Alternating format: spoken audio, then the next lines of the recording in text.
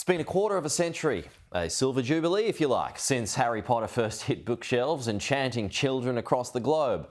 With dozens of movies, even a Broadway show, tales from the wizarding world seem as popular as ever. That's despite author J.K. Rowling stirring controversy in recent years.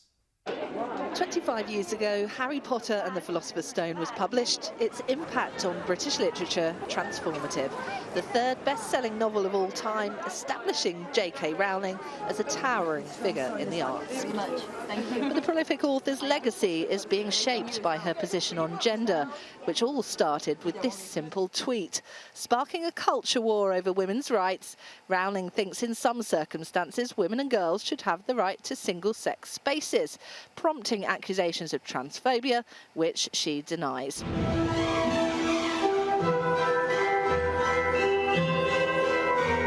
Dear Mr. Potter.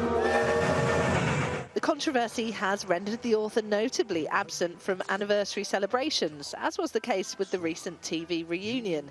Decisions widely presumed to be driven by the deepening controversy. The notion that Rowling can or should be cancelled to many is bizarre.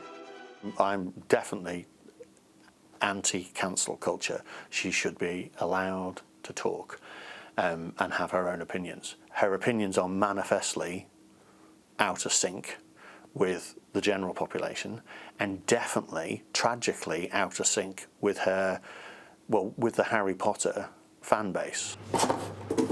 Most in the wizarding world are reluctant to comment on the clash, but concede Rowling is taking more of a back seat. It is a bit strange not to see the author when we're celebrating a book, but it seems to me that the fans own Harry Potter anyway now. So the fan space has always been incredibly rich, incredibly creative, and incredibly inclusive. And I hope people can continue to find what they need in it and shape it in the way they want it to be.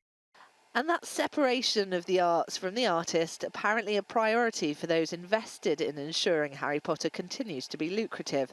At a new Mandrakes and Magical Creatures feature at the Warner Brothers studios, such is the mission to distance the brand from the toxicity of the trans debate. Sky News wasn't allowed by the PR to bring up J.K. Rowling's name in this interview. J.K. obviously has a sort of more of a back seat now. Is it strange, kind of her not being around at things like this? Next question, please. Oh, okay. But Tom was allowed to say this. I think we all expected the sort of Harry Potter fandom, the flame to slowly start dousing as the years go on, and clearly it's not gone anywhere.